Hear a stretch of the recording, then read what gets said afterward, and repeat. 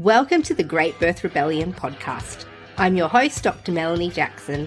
I'm a clinical and research midwife with my PhD, and each episode I cast a critical eye over current maternity care practice by grappling with research and historical knowledge to help you get the best out of your pregnancy, birth, and postpartum journey. Hello and welcome to today's episode of the Great Birth Rebellion podcast. I'm your host, Dr. Melanie Jackson, and if you've been following along the podcast for a while and you're up to date with the episodes, you'll sense that we've been really focusing on the strategies behind a great birth and enhancing and optimizing the function of your body in labor. There is a reason for this. A lot of our podcast episodes are really topical and super specific. So I'm spending just a few episodes honing in on the bigger picture strategies of setting yourself up for a great birth experience. And this doesn't always mean that you're planning a vaginal birth or that you're planning a low intervention birth. A great birth is bigger than that. But there are some things that you can do to optimize the function of your body to get the best chance at also optimizing the outcomes of your birth. So if you have friends or clients who are pregnant, this is the episode to share. This gives some of the hidden strategies that women don't necessarily consider when they're making plans for their birth. And also, I'll give you this tip for free. One of the key factors in a great birth is that your partner and your birth support team are also on board. So if you're listening to all this and thinking, I really want my birth team to hear this, send them this episode to listen to. And if you are one of those support people or birth workers listening to this episode, then you're already 50% on the way to being an incredible birth partner, because you're willing to put the time and effort into listening to this. So welcome to the Great Birth Rebellion. I've also listed some other episodes in the show notes for you to listen to if there are parts of this episode that you want to explore further.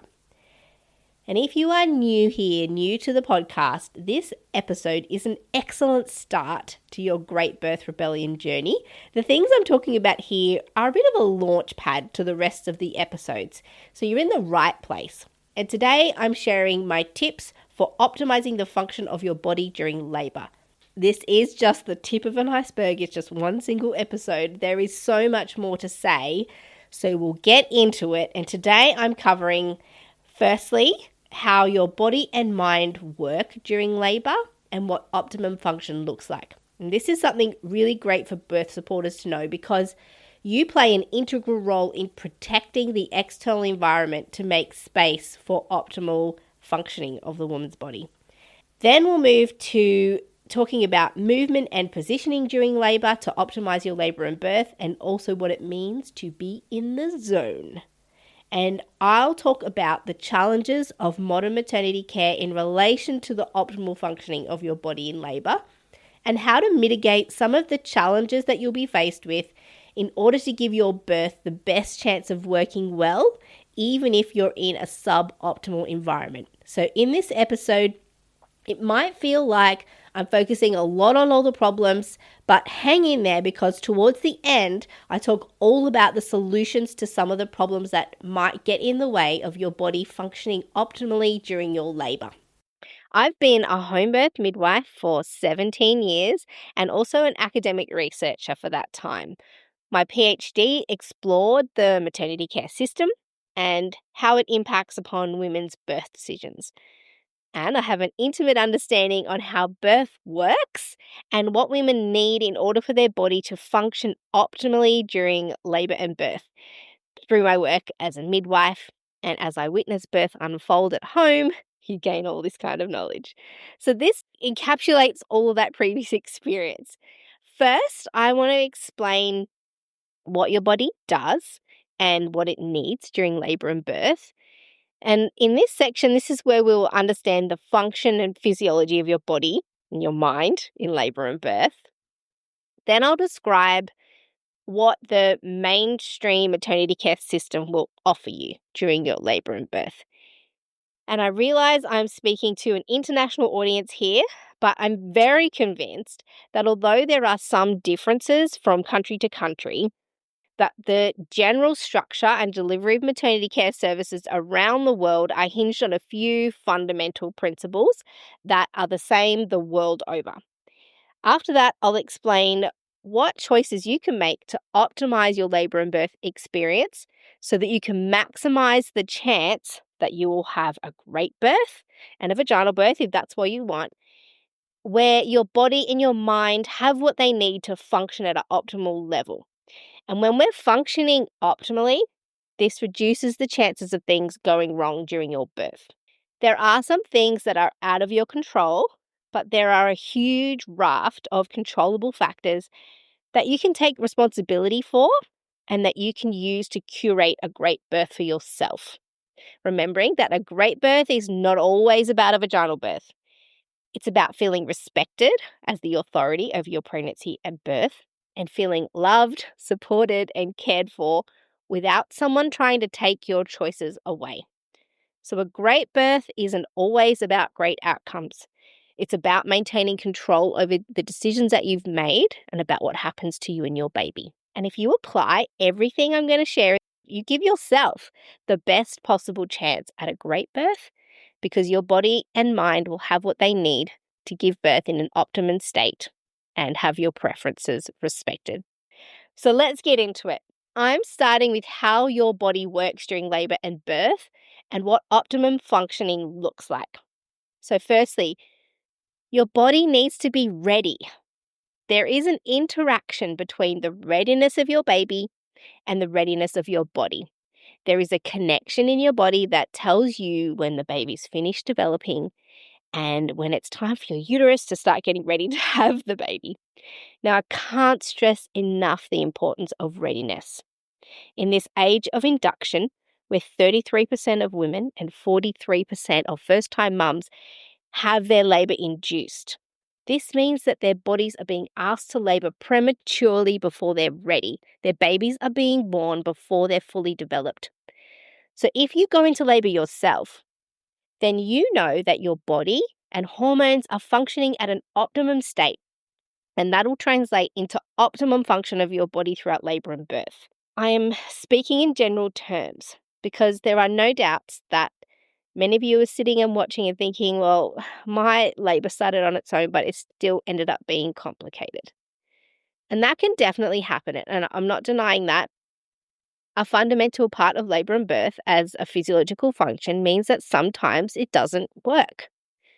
Like with all other things in life, all we can do is our best to get the best outcome, but there are uncontrollable factors. So what I'm offering to you today are controllable factors that will increase your chance of a great birth. Now, there was a study done in 2021 which looked at the outcomes of non-medically indicated induction of labour.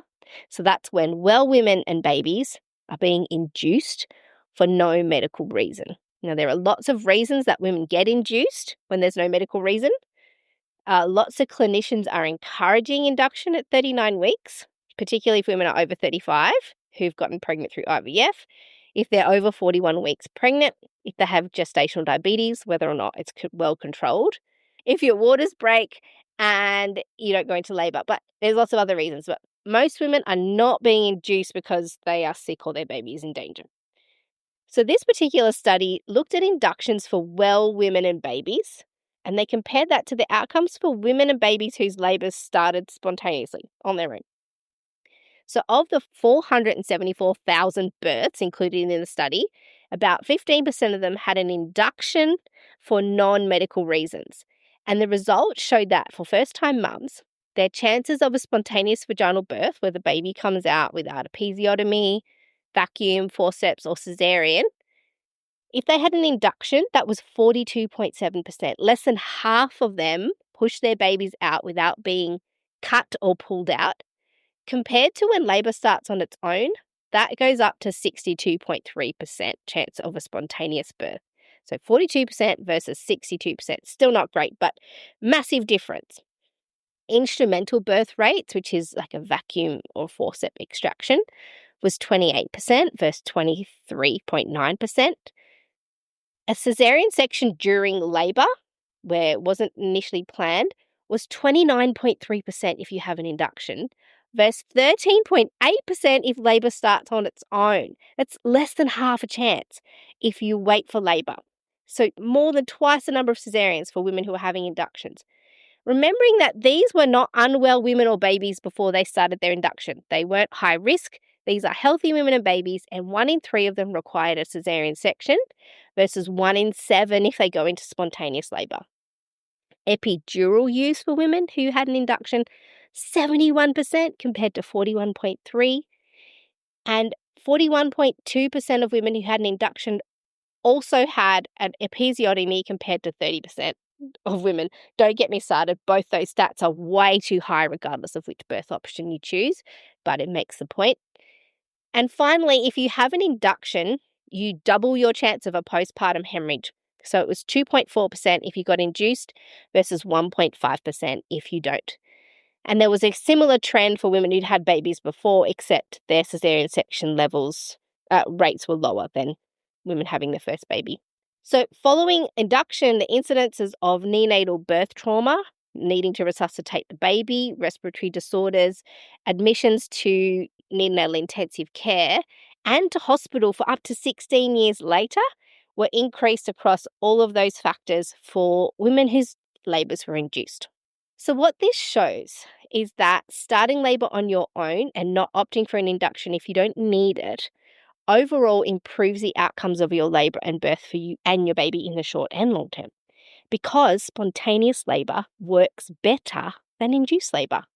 And some women need an induction for their individual circumstance, and there should be a risk-benefit analysis in this to decide. But on the whole, your body will function better if you wait for labour to start on its own. The next way your body works in labour is to have the optimum cocktail of hormones, and I'm going to focus on 3 in particular: oxytocin, melatonin, and adrenaline. So oxytocin is the hormone of love and bonding, joy, orgasms, childbirth, and breastfeeding. So in addition to acting on the brain to make us fall in love and enjoy the people around us, it acts on our muscles and causes them to act and contract. And that's the physical commotion that occurs when we orgasm. Oxytocin is the reason our uterus contracts and the reason why milk is released from our breasts when we feed our babies. Without oxytocin, your uterus is not going to function correctly in labour. And without your uterus being ready to receive oxytocin, it doesn't matter how much oxytocin your brain is releasing, your uterus won't contract properly. And this is another point of waiting till your body is ready, because earlier in pregnancy, your uterus doesn't have as many oxytocin receptors on it. But as you get further along in your pregnancy, the receptors on your uterus increase in volume, ready to receive and respond to the oxytocin for labour. But if you get induced at 38 weeks, for example, when your body wasn't going to be ready till 41 weeks, there is a reduction in the chance that your body will respond to that induction because your uterus isn't functionally ready to act under the influence of oxytocin. So the release of oxytocin in your brain acts on your brain and your uterus, and it flows through to the baby via the placenta. And when I think of the type of care I try and give as a home birth midwife, I'm always thinking, how can I make sure the oxytocin keeps flowing? How can I give care that centers around oxytocin? So what enhances the flow of oxytocin? The first thing is being with people who you love, trust, and know. So our oxytocin is immediately challenged if we're in the presence of somebody we don't know or perhaps that we're suspicious of. So it's important that my relationship with my clients is such that they trust and know me. So relationship-based care enhances feelings of safety and trust and means that the presence of the midwife or the care provider is not going to interfere with the flow of oxytocin. And there's this lovely French obstetrician by the name of Michelle Odont who advocated for the presence of a quiet midwife knitting in the corner as the ideal birth companion for women. And it's this idea, do not interrupt the flow of oxytocin, because if you interrupt oxytocin, you interrupt labour and birth. So given the right environment, warm, private, unobserved, quiet, with only trusted people in the space, will reduce the possibility of adrenaline being released in the woman's body, in your body. And adrenaline directly challenges oxytocin. They cannot coexist. You can't be in a joy state of oxytocin while also having feelings of fear and fright because of adrenaline, because adrenaline makes us hypervigilant. So the next hormone that determines the flow of your labor is melatonin, the sleep hormone that's released when the sun goes down. So there is some research that shows that the presence of melatonin it potentiates oxytocin by 100 times. So oxytocin is 100 times more potent than without melatonin. And that's why more women will go into labor at night, because melatonin potentiates oxytocin. And oxytocin is responsible for smooth, efficient flow of labor. Now, we'll circle back to why that is important when we examine the hospital environment and ask questions about exposure to artificial light and blue light during labor, and why are all inductions started during the daytime? So I said earlier that adrenaline competes with the action of oxytocin. But there is a place for adrenaline where it enhances your labor function instead of impeding it. But it's not until the end, when you're getting ready to push your baby out. So there is a natural point in your labor where adrenaline is required. But at this point, oxytocin is too influential to be completely overcome by adrenaline. And what this looks like in labor is that this is what sometimes people will refer as this transition of hormones, actually. You might have experienced transition, and it has a bit of a reputation for when women freak out during transition and they say they can't do it and want to escape the process. We are subconsciously responding to adrenaline as if something is wrong, as if we're going to have to run or fight. Sometimes we feel scared. But if we can understand and rationalize that in this circumstance, adrenaline has a different purpose, then we can transition to the pushing phase of your birth more confidently, knowing that your labor is flowing efficiently and that the introduction of adrenaline at this time is actually going to help you have superhuman strength as you push your baby out, but more importantly, give you strength, energy, nourishment to protect, watch, feed, and parent your baby the minute it comes out. That adrenaline that you get to push your baby out turns you into a fierce mama bear. It really is purposeful. But what it also does is space out your contractions. So the contractions of pushing your baby out become a bit further apart than the contractions of labor, but that's normal and okay and probably necessary to help your baby recover between pushing efforts. So those are the three hormones that are imperative for proper function of labor: oxytocin, melatonin, and adrenaline. So we've spoken about these two things so far: waiting for labor to start and the hormones of labor. So now let's start talking about intuitive movement and positioning.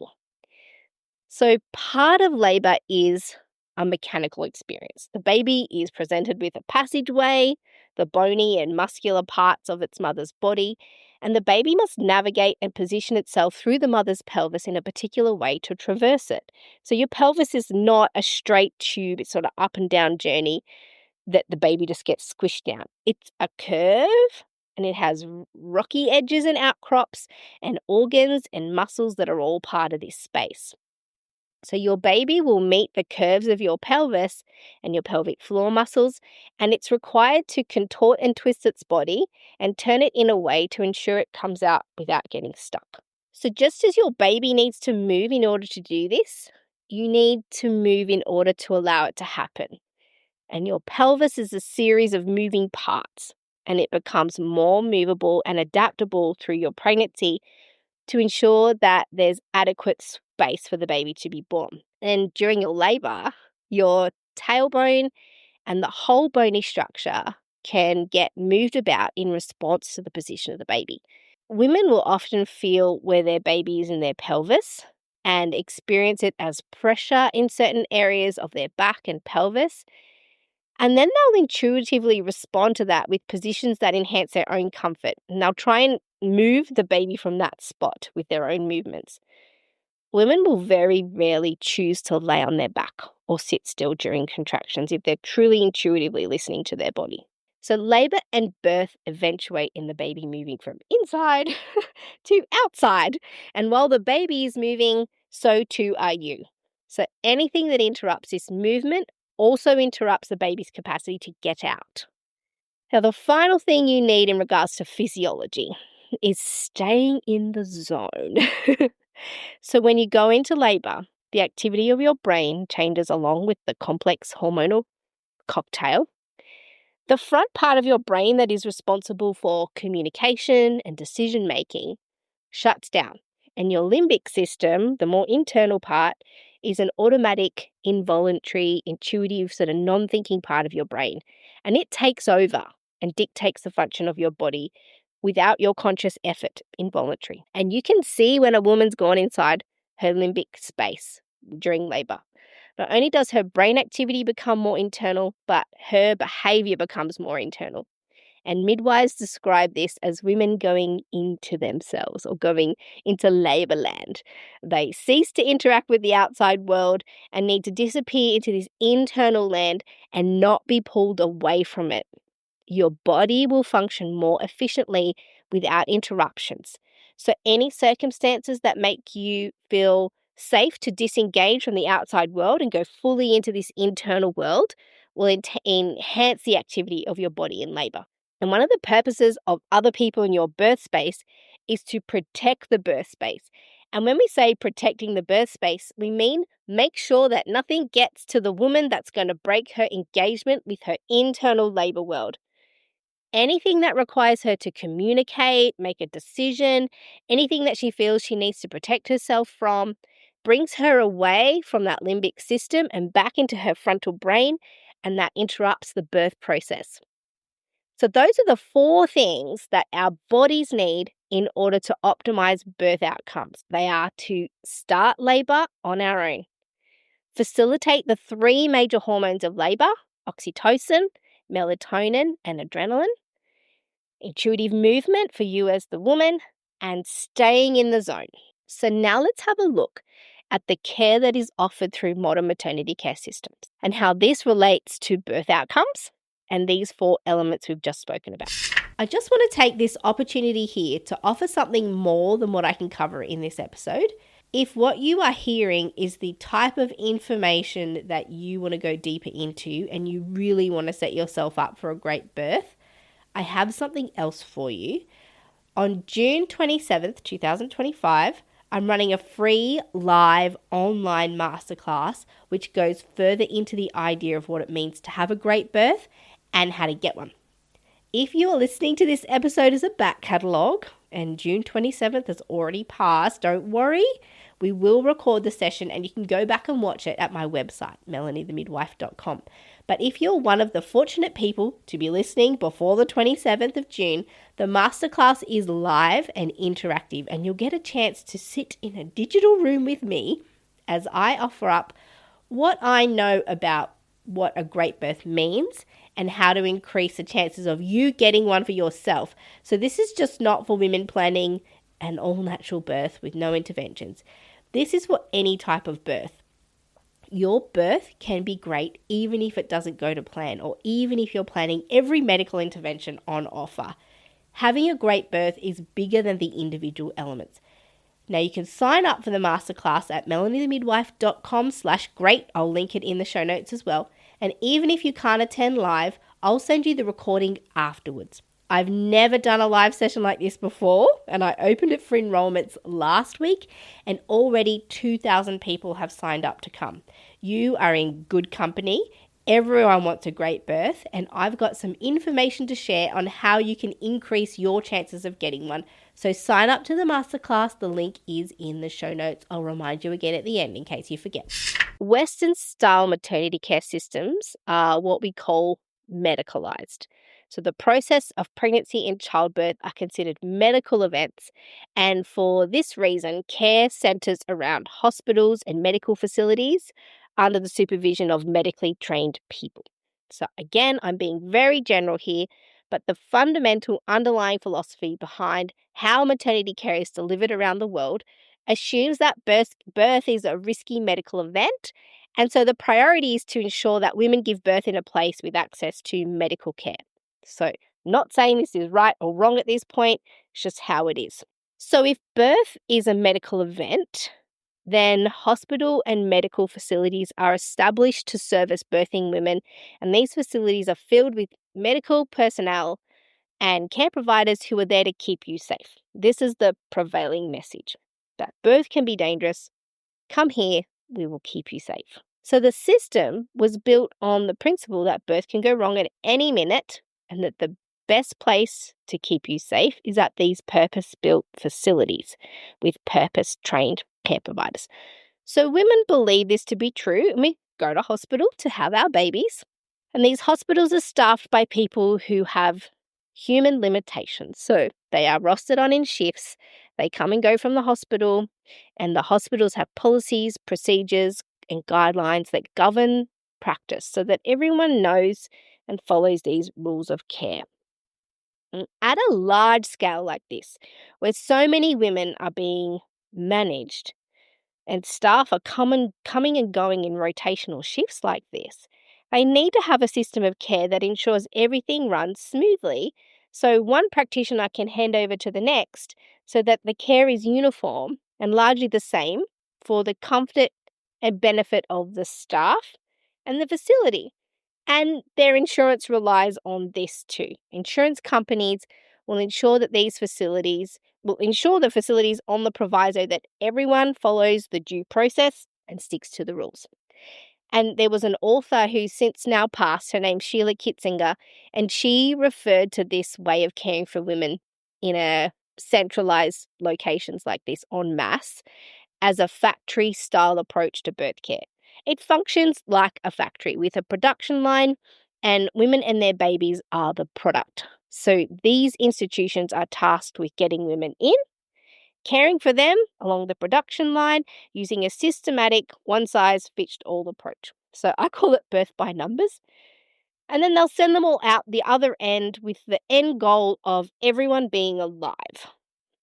Now, noble as it is, it minimizes the experience of women as they move through this factory care approach, and it minimizes the birth experience to a merely mechanical process, which is typical of the industrial approach and the production line mentality. So when we centralize maternity care like this, it becomes mechanized and cold. And these centralized systems, warmness and kindness and humanness is not built in. And that's why there's such a push for what's called woman-centered care. There's a whole body of research that's developed around advocacy for women-centered care. But why do we need to advocate for women to be the center of maternity care decisions? Well, that's because they are currently not the center of their care. Modern maternity care is system-centric, not woman-centric. So a fundamental element of the factory floor is also the fragmentation of the production line. So one part of the production line does one thing, and then the product is moved down the line to the next point of care and so on. So we call this fragmented care, where care of the individual woman is broken up and provided through a number of different stages, through different care providers, and modern maternity care lacks what we call continuity with one care provider, and it therefore lacks relationship. These people often don't know each other.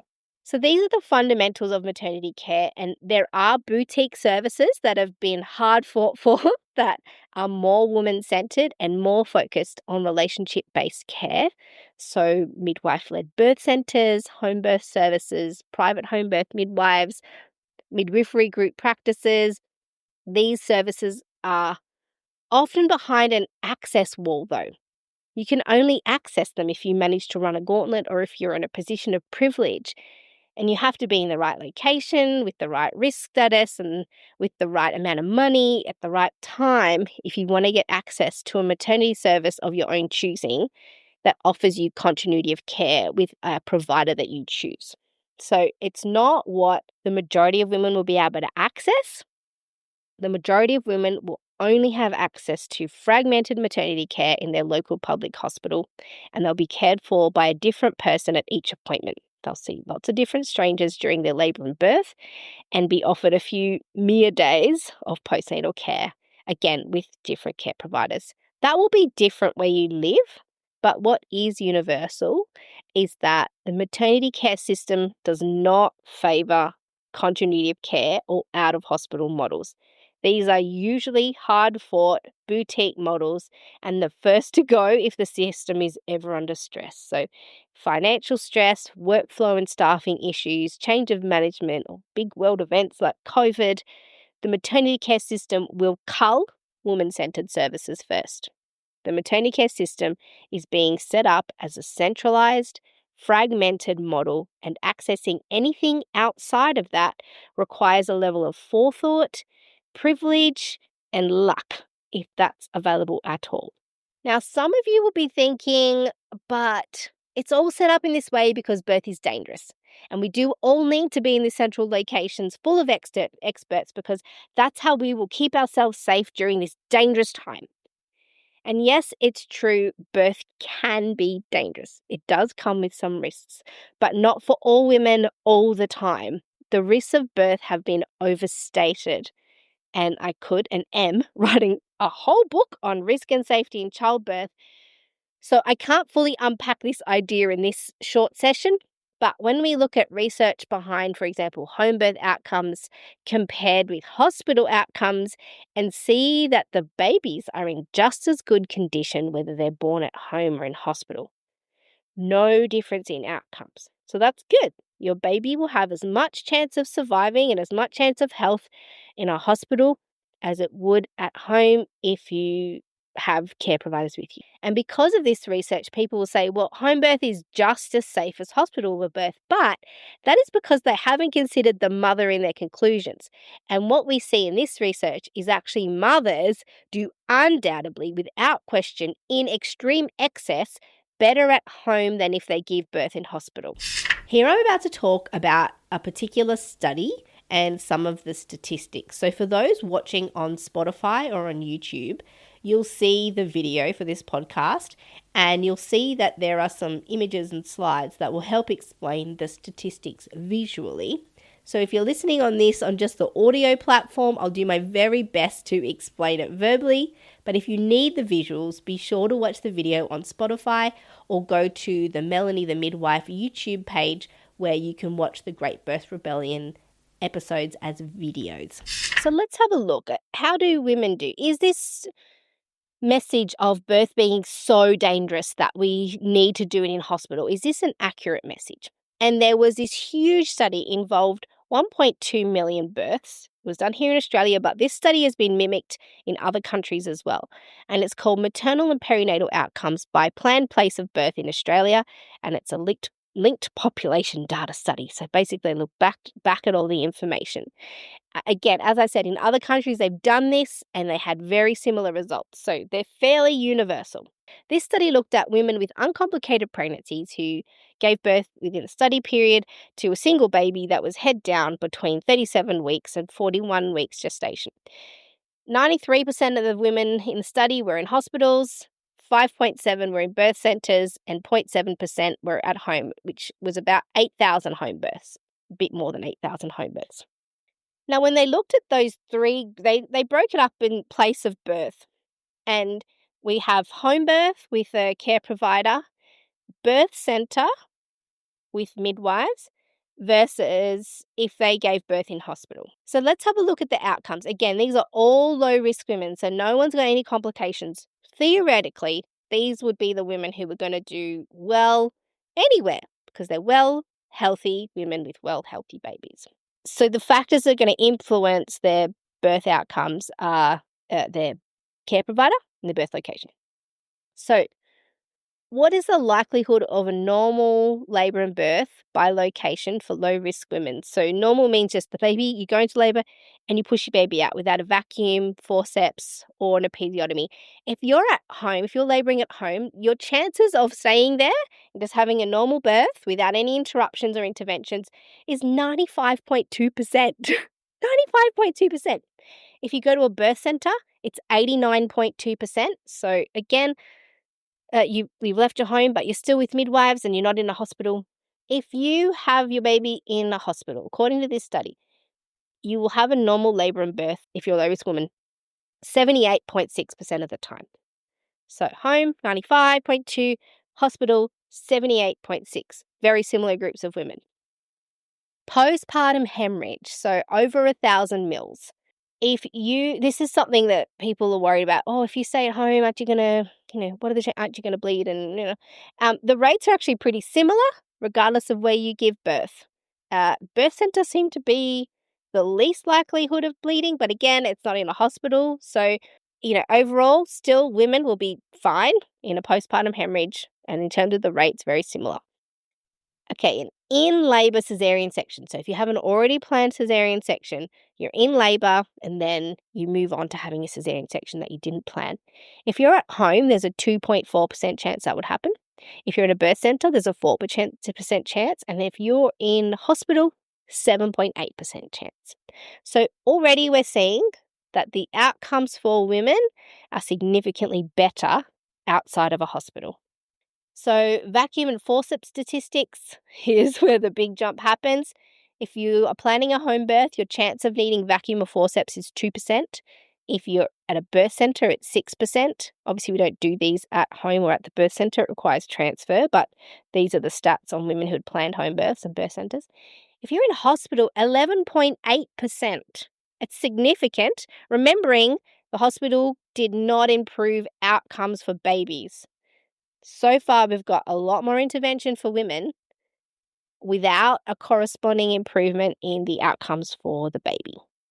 Next, let's have a look at augmentation of labour with oxytocin. So this is a big thing in hospital. If your labour is not progressing in the time frame they believe it should, they will augment your labour with artificial oxytocin called syntocinon, or if you're in the US or elsewhere, they call it Pitocin, but it's artificial oxytocin. So if you're at home, this is required or it occurs 3.4% of the time. In a birth centre, 8.1%. In hospitals, 16.5%. Again, no improvement in outcome. It didn't make a difference to the baby, but boy, does it make a difference to the woman. So if you're at home, you've got a lot less chance of this intervention occurring. And if we look back at the 4 things that help your body work optimally, that makes sense because a home environment facilitates a lot of the optimal functioning of your body during labour. Let's have a look at how many women had no tears after their birth. So, there are a lot of factors that come into play when we think about what increases your risk of having a tear while giving birth. So if you're at home, 47.2% of women had no tears completely intact after birth. Birth centre, 30%. Hospital, a quarter of the women, 26.3%. So you've got more chance of tearing if you give birth in hospital as a low-risk woman. Actually, almost double the chance of tearing if you give birth in hospital with no differing outcome for your baby. So this is an improvement on the woman's outcomes. Or episiotomies. So here is where they will actually cut your vulva, a surgical cut to your vulva or perineum, to get your baby out at the point of crowning, so your baby is already visible at this point. If you're at home, there's a 2.6% chance of that happening. A birth centre, 8.3%. Hospital, 17.3%. This depends where you are. Rates vary wildly across the world, but for this study, 17.3% compared to 2.6% if you're at home. So you can see how women would have better outcomes having birthed away from a hospital. So compared with planned hospital births, the odds of normal labour and birth without intervention were over twice as high in a planned birth centre, nearly 6 times as high as planned home births. Remembering that there were no statistically significant differences in stillbirths for the babies during labour, neonatal deaths, or anything relating to newborn outcomes in these 3 planned places of birth. Wherever you choose to birth as a low-risk woman, there are studies on higher-risk women, but this is the one I've looked at today, your baby will have very similar outcomes. The difference will be in your own health and well-being. And a hospital needs to give you way more interventions in order to get the same outcomes that can be achieved at a home birth. And that's possibly because when they interrupt the labour process, they have to intervene to bring it back. And that translates into more interventions in your labour and birth. So, what is it about hospital settings that creates all this intervention? And the simple answer is that the maternity care system is not centered around the woman's needs in labour and birth. The system is system-centric, not woman-centric. So all the needs of the labouring women have not been factored into the environment and the care strategies and the policies. These are all centered around the needs of the factory.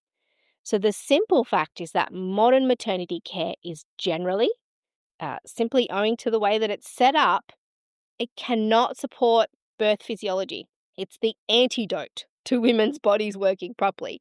So now they have to heavily intervene in order to get the babies out safely, and this is to the detriment of women.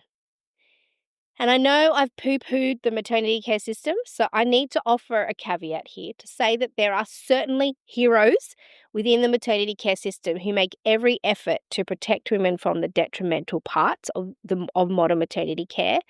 And there are a proportion of women who absolutely need high intervention care in order to be safe. However, the system has over-medicalised and over-managed childbirth largely, and this is the problem. Too much medicine where it's not needed. Again, there are boutique services such as home birth services, private midwives, private obstetricians, birth centres, midwifery care programs that seek to provide alternatives to these mainstream fragmented models. So if that has been your experience, know that these services can counteract some of the downfalls of the maternity care system that I've just described. So what can you do to optimize your birth experience and give your body the best chance of functioning properly so that you and your baby can experience as few complications and as few interventions as possible during your labor and birth? So the short answer is that you need to support the physiology that I mentioned in the first part of the talk.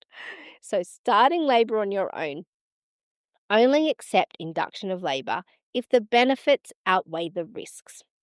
In some circumstances, an induction is a treatment for a serious problem, such as preeclampsia. There's lots of possible serious problems. But for the most part, induction is given for non-medical reasons.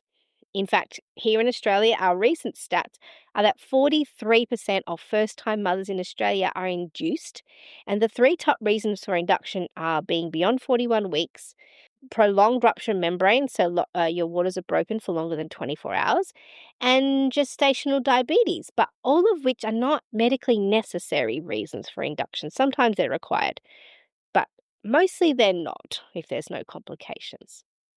So support your physiology by waiting for your body to go into labour on its own, unless there is a clear and convincing medical reason to do otherwise.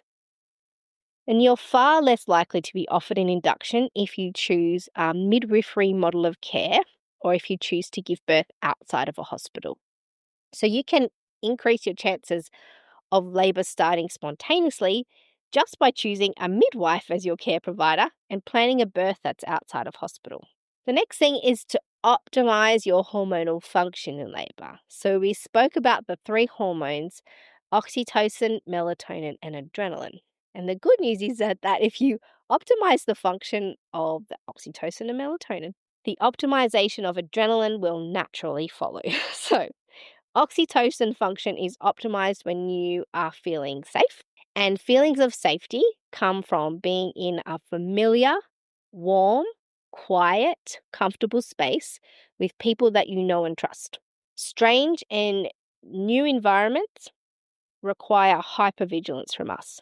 They require decision-making and interaction because we have to very quickly assess the safety of this new space.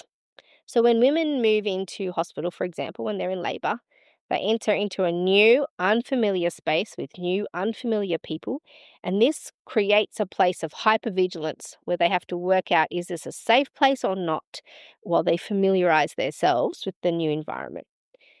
So this dampens oxytocin because it increases adrenaline, and also because this requires women to come out of the limbic labor part of their brain and back into the decision-making frontal cortex. So now they're also out of the labor zone. And this is why women report their labor slowing down when they move into hospital.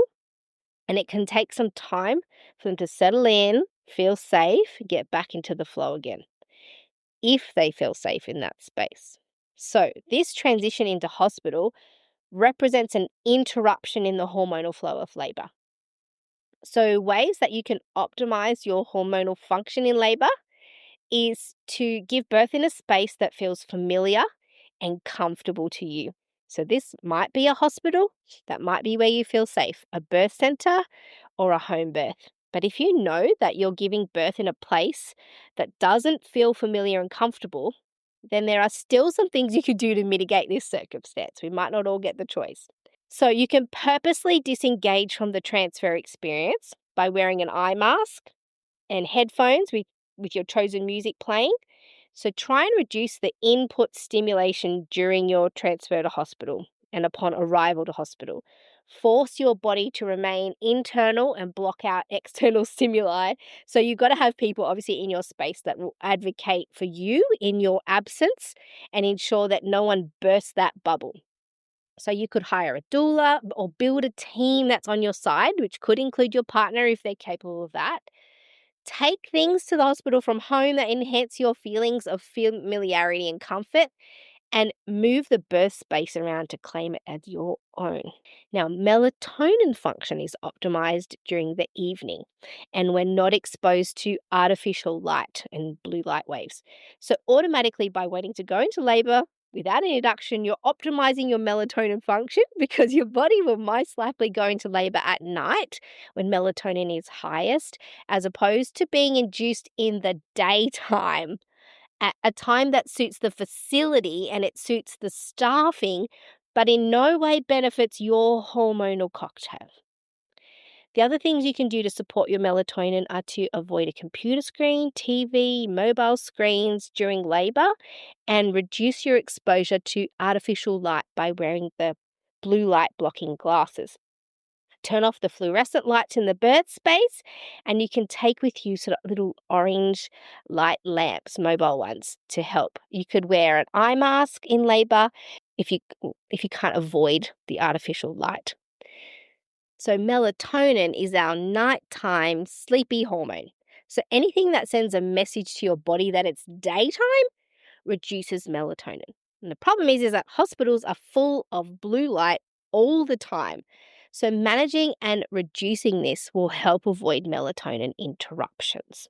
Now, adrenaline is triggered where you perceive a risk or in times of stress, or as a powerful end of labor tool to push your baby out and care for it as a hypervigilant mama bear. So adrenaline is also the antidote to oxytocin in labor. So you can modulate your adrenaline response by being very picky about who's in your space. Choose your birth care team and your care provider and someone who you trust and who doesn't frighten you. And then choose a birth venue that you feel safe and comfortable with. You are going to be vulnerable in labor. So you have to manufacture a safe and protected environment with safe people ahead of time. And if you feel safe and in a low adrenaline state during labor, that's going to potentiate the behaviors of your body. So today you've learnt about how your body works in labor, how modern maternity care systems work to care for women in labor, and some of the ways that you can optimize your body's function, many of which will require you to mitigate the impact of modern birth facilities and how their practices impact upon your labor and birth flow. So choosing who is with you and where you give birth are the two major factors that contribute to how your labor will unfold. And not just across physical safety measures, but across all measures of safety: the physical, emotional, social, cultural, and psychological spectrum. That has been today's episode of the Great Birth Rebellion podcast. If this is the type of information that you want to go deeper into and really want to set yourself up for a great birth, I have something else for you on June 27th, 2025, I'm running a free live online masterclass, which goes further into the idea of what it means to have a great birth and how to get one for yourself. If you're listening to this episode as a back catalogue and June 27th has already passed, don't worry, we will record the session and you can go and watch it at my website, melaniethemidwife.com. But if you are one of the fortunate people who just happen to be listening to this before the 27th of June, the masterclass is live and interactive, so you'll get a chance to sit in a digital room with me as I offer up information about what I know of what it means to have a great birth and how you can increase your chances of getting one. Now, if you're listening to this as a back catalogue and June 27th is well and truly passed, don't worry, you can go to my website, melaniethemidwife.com, and have a listen to the recording. We will record it and we'll make sure that we post it up there for people to go back and listen to. This masterclass is not just for women who are planning in an all-natural, low-intervention birth. This is for everyone. Any birth can be great. A great birth is not always about getting everything that you planned. Even when things don't go to plan, your birth can still be great because there are a few specific elements that can lead to that. And I'm going to show you what they are at the masterclass. So go ahead. You can sign up for the masterclass at melaniethemidwife.com/great. The link is in the show notes for you. Just click on through and I will see you there. To get access to the resources for each podcast episode, join the mailing list at melaniethemidwife.com. And to support the work of this podcast, wear the rebellion in the form of clothing and other merch at thegreatbirthrebellion.com. Follow me, Mel, at Melanie the Midwife on socials, and the show at The Great Birth Rebellion. All the details are in the show notes.